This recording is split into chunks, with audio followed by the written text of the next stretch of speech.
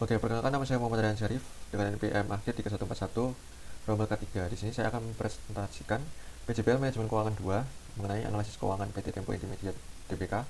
Ini ada bahan kajiannya. Yang pertama adalah pendahuluan, analisis risiko dan biaya modal, kajian kinerja dan fundamental, struktur modal, kebijakan dividen, kesimpulan dan saran. Nah, untuk pendahuluan, asas jurnalisme kami bukanlah jurnalisme yang memihak satu golongan. Tugas pers bukanlah menyebarkan prasangka, justru melenyapkannya, melainkan mengkomunikasikan saling pengertian. Tempo memegang teguh 3 pilar budaya organisasi utama yang menyatu dalam integritas bisnis, yaitu terpercaya, merdeka, dan profesional. Visi dan misi perusahaan, visi utamanya yaitu menjadi acuan dalam usaha meningkatkan kebebasan publik untuk berpikir dan berpendapat serta membangun peradaban yang menghargai kecerdasan dan perbedaan. Dan arah dan misi strategis, yang pertama, produk bermutu tinggi, yaitu independen, bebas dari tekanan, adil, dan berpegang pada kode etik jurnalisme. Kedua, lingkungan sehat, yaitu tempat kerja aman, sehat, menyejahterakan, mencerminkan keragaman Nusantara. Ketiga, nilai tambahnya yaitu memperkaya khasanah intelektual, artistik, dan dunia bisnis melalui inovasi ide. Nah, untuk struktur kepemilikan saham, mayoritas saham dikendalikan oleh entitas pendiri PT Gravity First dan Yayasan Tempo, sementara masyarakat umum memegang kendali posisi seimbang sebesar 25,49% di Bursa Efek Indonesia. Selanjutnya, modal kerja dan modal operasi. Kapasitas likuiditas operasional harian terlepas dari utang pendanaan, itu yaitu net operating working capital. Itu memiliki rumus kas ditambah piutang ditambah persediaan kemudian dikurang utang usaha. Pada tahun 2023 ditemukan 70.971.355 rupiah, kemudian naik sebesar 78% menjadi 126.434.116 rupiah. Pertumbuhan NWC yang tinggi mengindikasikan likuiditas harian yang semakin solid, meningkatkan kelonggaran operasional harian tanpa utang. Kemudian total operating capital, keseluruhan modal operasi terikat dalam aset jangka panjang dan pendek. TOC memiliki rumus NOWC ditambah aset tetap. Pada tahun 2023 ditemukan 136.888.273 rupiah. Kemudian meningkat pada tahun 2024 menjadi 190.757.408 rupiah. Peningkatan TOC didorong secara dominan oleh modal kerja operasional bersih. Nilai aset tetap stabil bergeser dari 65,9 juta menjadi 64,3 juta rupiah. Kemudian kinerja laba dan market value. Peningkatan profitabilitas dan kepercayaan pasar dapat meningkat sebesar 31,94%. Laba operasional setelah pajak melesat dari 5,194 juta pada tahun 2023 menjadi 6,853 juta pada tahun 2024 akibat efisiensi operasional. Kenaikan MVA membuktikan manajemen sukses melipat gandakan nilai kemakmuran pemegang saham. Apresiasi harga saham melambung tinggi dari Rp89 per lembar pada tahun 2023 menjadi Rp148 per lembar pada tahun 2024 ini di Bursa Efek Indonesia.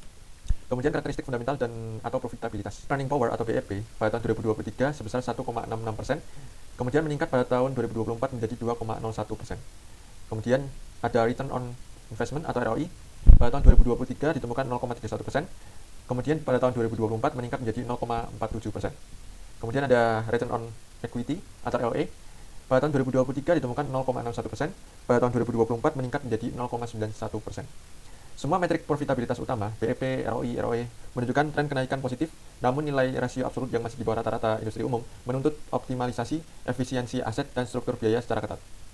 Kemudian ada rasio manajemen dan efisiensi aset. Turnover pada tahun 2023 minus 4,35 kali, kemudian pada tahun 2024 menjadi minus 5,49 kali. Kemudian yang kedua ada receivable turnover pada tahun 2023 memiliki nilai 1,9 kali, kemudian meningkat pada tahun 2024 menjadi 2,02 kali.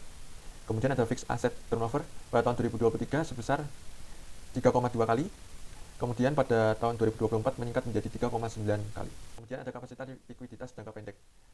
Yang pertama ada current ratio, kemampuan aset lancar menjamin kewajiban lancar. Itu naik 149,13% pada tahun 2023 menjadi 207,27%. Kemudian quick ratio, likuiditas aset lancar tanpa mengandalkan persediaan pada tahun 2023 sebesar 123,63%, pada tahun 2024 menjadi 190,01%. Kemudian ada cash ratio, yaitu kesediaan kas langsung untuk menutup utang jangka pendek pada tahun 2023 sebesar 5,71%, kemudian meningkat tajam sebesar 38,58% pada tahun 2024. Kemudian ada analisis risiko sistematis dan biaya ekuitas. Risiko sistematis atau beta menggunakan pendekatan CAPM dengan koreksi struktur utang atau unlevering beta industri pada tahun 2024 sebesar 0,86. Kemudian rasio utang per ekuitas ditemukan 7,27%, kemudian tarif pajak efektif sebesar 22%. Beta saham terkoreksi 2024 itu ditemukan 0,9087, turun dari 0,9918. Kemudian ada CAPM, estimasi return yang disyaratkan oleh investor pemegang saham ekuitas dengan yield bebas risiko sebesar 6,65%, kemudian expect return pasar sebesar 5,67%, kemudian premium risiko pasar sebesar minus 0,98%. Biaya modal sendiri atau KAS itu ditemukan 5,75%, turun dari 6,16% di tahun 2023. Kemudian analisis nilai tambah ekonomi. Ya, pada grafik ini, meskipun perolehan laba operasi bersih tumbuh positif, hasil perhitungan Economic Value Added atau EVA menunjukkan penurunan yang kian melebar. Hal ini dipicu oleh besarnya peningkatan modal operasi, terikat atau invest capital, yang memicu pelonjakan biaya modal atau capital charge melampaui kemampuan laba operasional real dengan asumsi WACC sebesar 11%. Secara teoritis, EVA yang bernilai negatif menunjukkan pengembalian operasional perusahaan belum mampu menutupi seluruh biaya modal yang dipersyaratkan oleh penyedia dana, yaitu investor.